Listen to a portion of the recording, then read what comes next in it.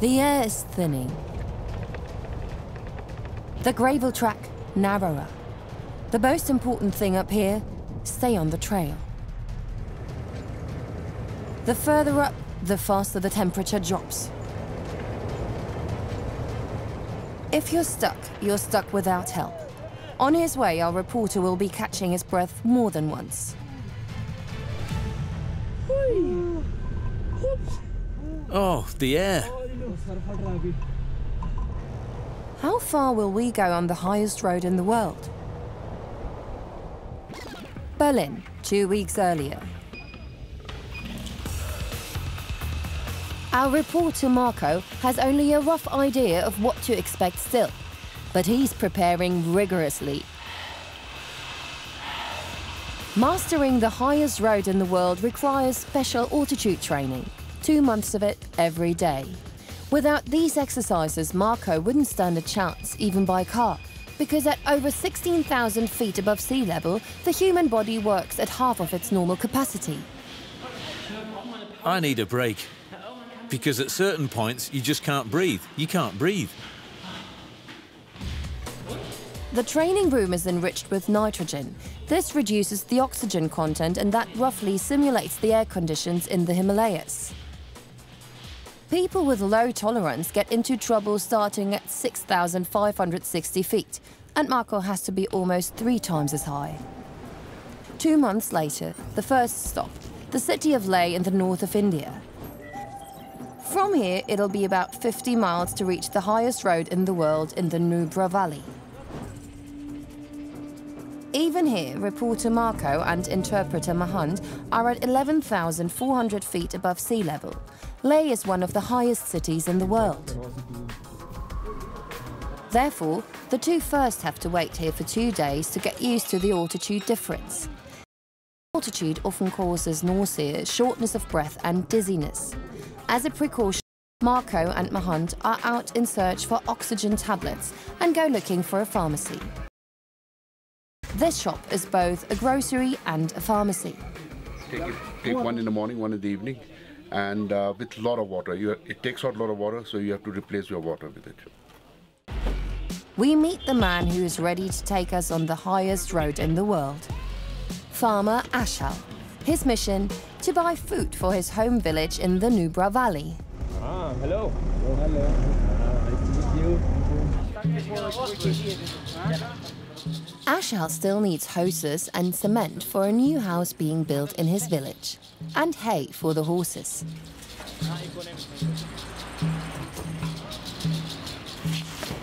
Then we get going. The dangerous mountain route leads from Leh 37 miles to the north. Always north, to the Kardung Pass, the highest point of the route, also called Death Zone. Then 19 miles further downhill to Ashal's village in the Nubra Valley. Actually, there are only 55 miles ahead of us, but the journey takes a whole day if everything goes right.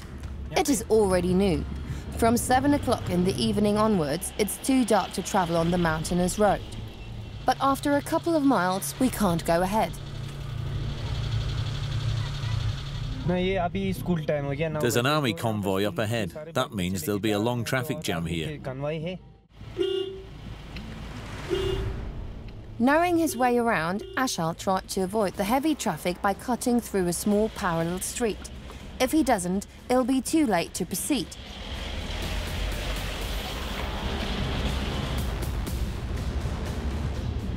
We are out of the city and can finally hit the road.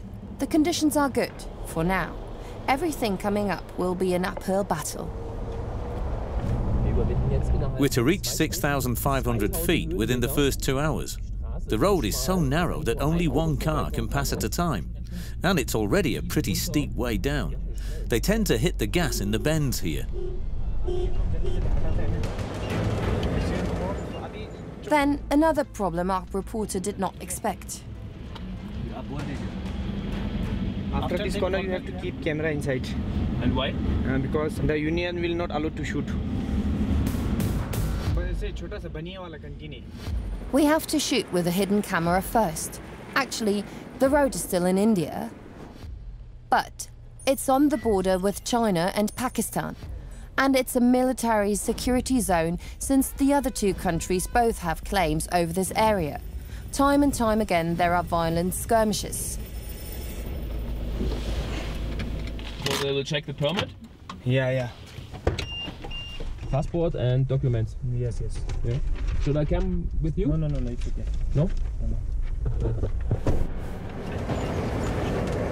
Since the military isn't the biggest fan of foreigners around this area, Ashal prefers to go alone.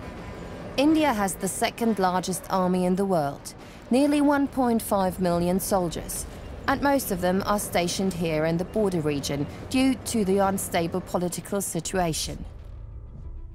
Ashal has been gone for over 20 minutes. Slowly, we begin to fear that there are bigger problems.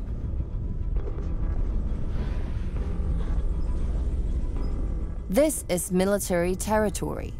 The soldiers can deny us permission to travel further without even giving us a reason.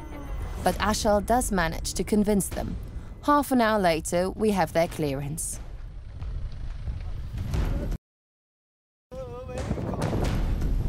Now we have to hurry up even more.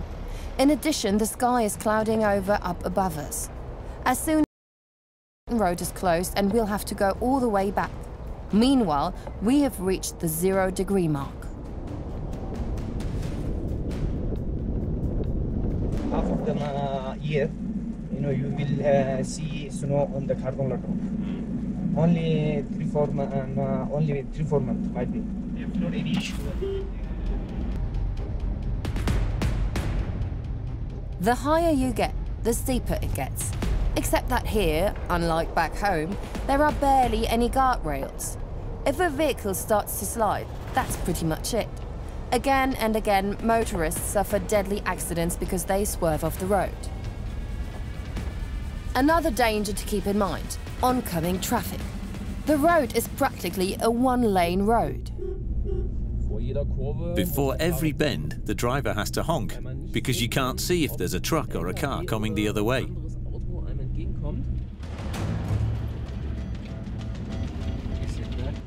Above all, truck drivers tend to overestimate their driving skills, leaving the rest almost off the road. Our team has gone past the 3,200 feet altitude mark. There's no time to lose, but having said that, Marco and his interpreter will soon have to take a break to get used to the new altitude yet again. Otherwise, the risk of collapsing would be far too great. We reach our resting area, the last stop before the so-called death zone. It's probably one of the highest canteens in the world, at 14,700 feet above sea level. Here, the human body can only absorb 65% oxygen. It's also 26.6 degrees Fahrenheit. But it feels like -4 degrees, thanks to the icy wind up here.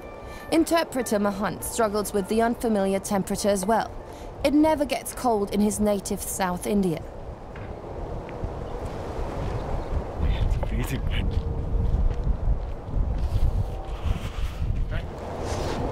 The team wants to gather its strength one last time.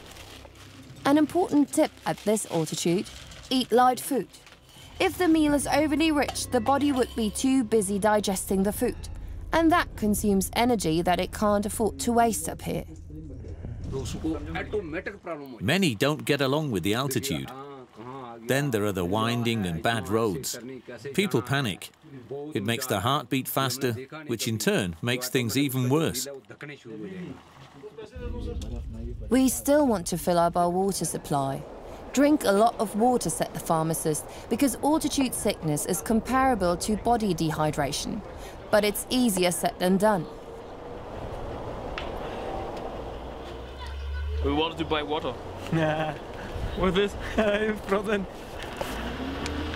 We can't buy any water, it's all frozen. And in this freezing cold car, it wouldn't melt any quicker. We have to make do with what we have. Slowly but surely, we reach the death zone, and the weather is only getting worse. It's pretty cloudy. I think it'll start to snow soon. If that happens, we'll have to wait here for 3 to 4 hours. We can't continue until the military has cleared the road. To sleep at this altitude would be pretty much the worst idea possible. As long as we are 16,400 feet up, the oxygen content will only be 60%, and it's 14 degrees Fahrenheit. Close by the Pakistani border, at this dozens of military bases, Ashal has to give way again and again for the heavy trucks. It is only 1.8 miles to the highest point of the highest road, but they're using all of it. Don't drive so close to the edge.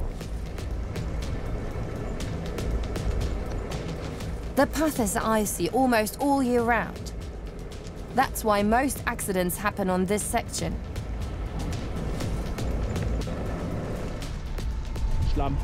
Mud and rubble. It really shakes you up. And it stinks of gasoline, because gasoline can't burn properly here, since there's very little oxygen in the air. Shortly before the highest point of the road, there's an emergency.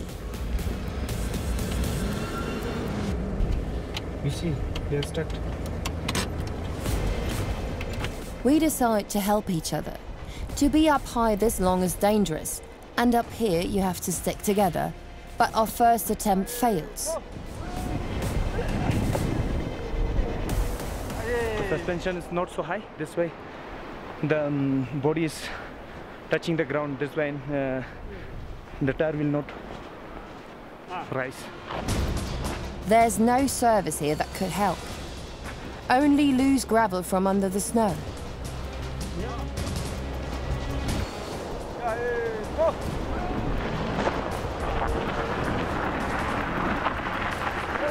The effort further complicates breathing.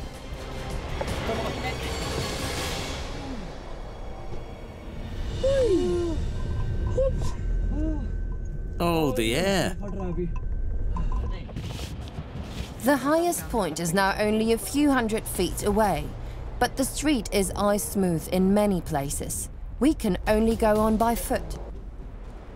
15 minutes later, some colorful flags mark the highest point. We are 17,980 feet high.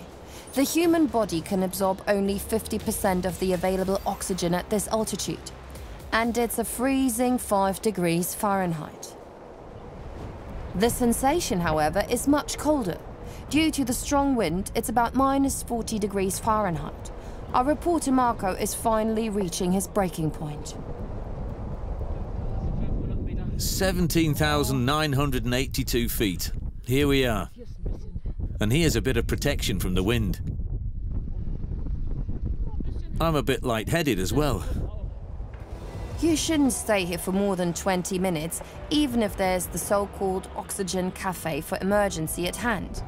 We prefer to continue because we haven't done the hardest bit yet. Take your nail color. Nails color. White. Okay, White, please yeah. don't expose more. Blue hands a little bit and white color. Blue hands. That means lack of oxygen. Not a good sign. From now on, the road goes downhill. That too is risky. Many become overconfident on the way down and pay for it. Marco is at his limit.